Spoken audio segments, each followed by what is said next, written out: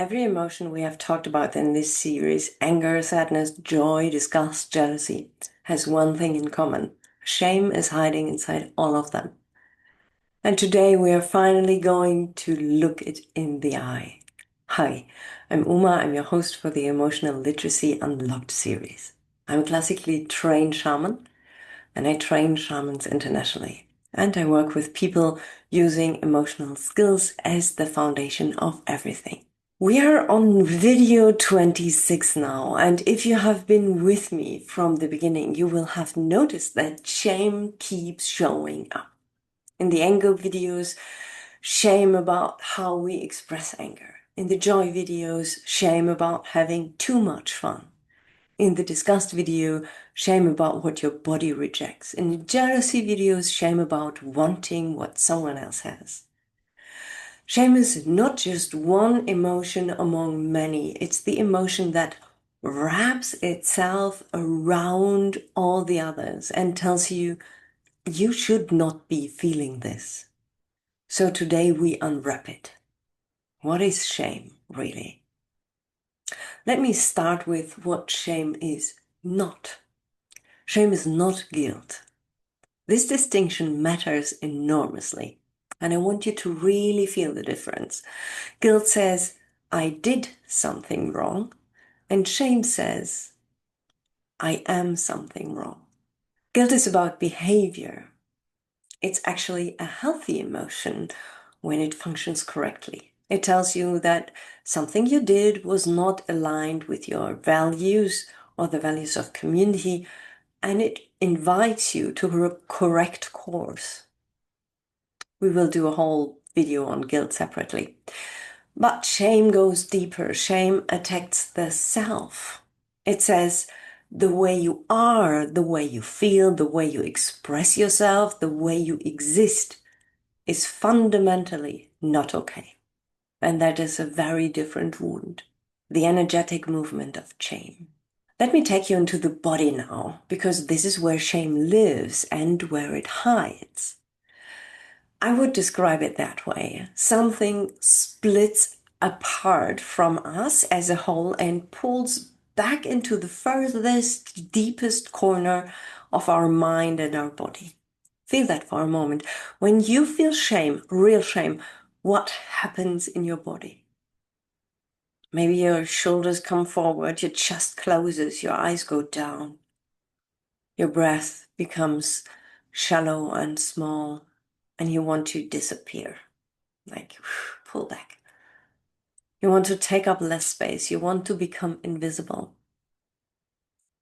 The energetic movement of shame is a contraction and withdrawal. It's the opposite of expansion. It's the opposite of the open heart that joy requires. It's the opposite of the outward push of anger. It pulls everything inward and backward and then freezes there. And this is what makes shame so dangerous, because most emotions, when we feel them fully, move. Anger pushes out, sadness pulls down and releases through tears, disgust expels. Even fear, when we follow it, eventually transforms into information, but shame freezes. It does not want to move. It does not want to be seen, because the core belief of shame is, if anyone sees this part of me, I will be rejected. I will be cast out. I will be alone. And for a social species like us, for beings who need connection to survive, the threat of being cast out is felt in the body as a threat to life itself. That is why shame is so powerful, and that is why it hides so well. Now, let me take you into the history, because shame did not appear from nowhere as we experience it now. It has roots, deep ones.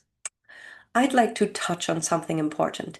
In tribal communities, shame existed, but it served a very different purpose. It was used to guide behavior back towards the community. It was often mixed with humor, and crucially, it always had a return path. You felt shame, you corrected course, and you came back to belonging. Shame was never meant to be a permanent state. It was meant to be a signal, a brief, uncomfortable message that said, this behavior is taking you away from your community. Please come back, like an invitation. But somewhere along the way, and I want to bring in a specific historical thread here, shame lost its return path. The Puritan Christian movement is one of the clearest examples of this. People were not just shamed for their behavior, they were shamed for their bodies, for their desires, for their natural human impulses. Shame became attached not to what you did, but to what you were, to your flesh, to your sexuality, to your emotions themselves. And when shame becomes attached to your very existence, to your body, your feelings, your nature, there is no correcting course. There is no return path. Because you cannot change what you are. That is when shame becomes toxic, and that is when it stops being a community signal and starts being a prison. And we are still living in that prison. Many of us inherited it from our parents, who inherited it from theirs, going back generations.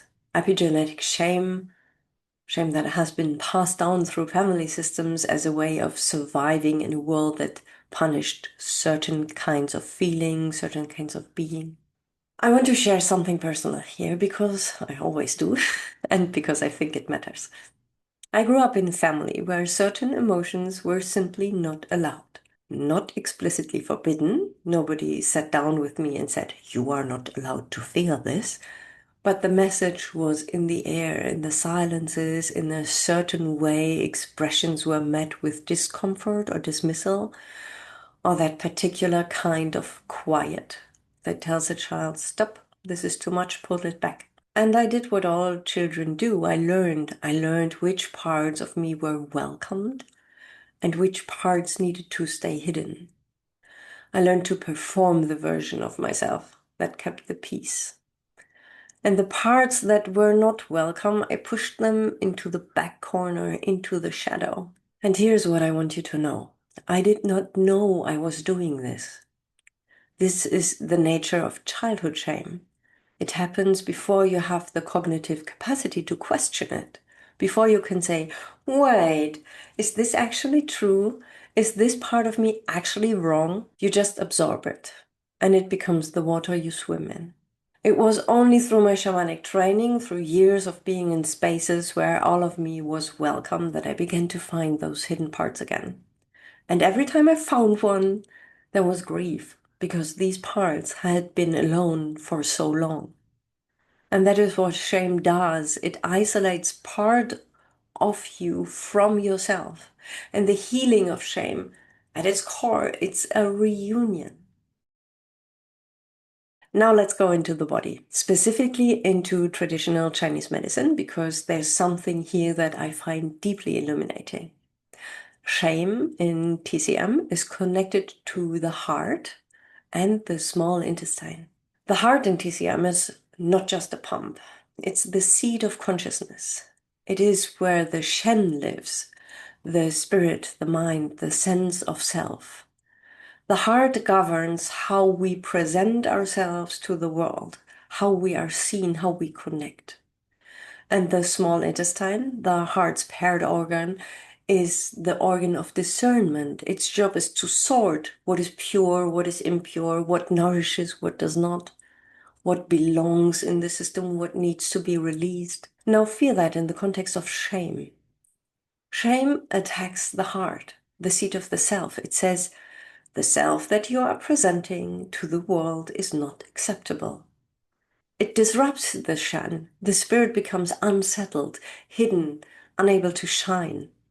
And the small intestine, the organ of discernment, becomes confused because shame teaches us that we ourselves are the impurity, that we are what needs to be sorted out and discarded.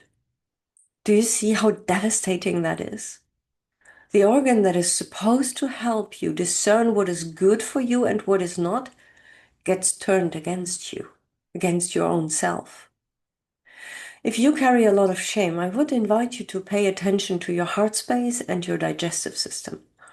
Chronic heart tension, difficulty with digestion, a sense of unsettledness in the chest. These can all be places where shame has taken up residence in the body.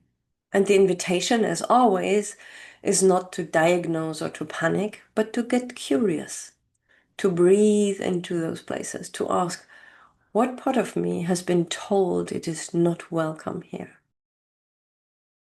So how do we work with shame? How do we begin to bring it out of hiding? The first thing I want to say is this: you cannot think your way out of shame. Shame lives in the body, in the nervous system, in the places that froze long before your rational mind had any say. So the inquiry has to begin in the body. Step 1, notice the contraction. When do you feel yourself pulling back, going small, wanting to disappear? That's shame's signature. You don't need to know why yet. Just notice the physical sensation, the closing of the chest, the downward pull of the eyes, the held breath. Step 2, create safety first. Shame cannot be healed in an unsafe place. This is crucial. You cannot shame yourself into healing shame. And you cannot force it open in an environment where you do not feel held. Before you go deeper, ask yourself, am I safe right now? Is there enough support around me, within me, to look at this? If the answer is no, that is okay. Build the safety first. That might mean working with a therapist, a shaman, a trusted friend. It might mean building your own inner capacity to hold yourself. We talked about this in the holding space videos.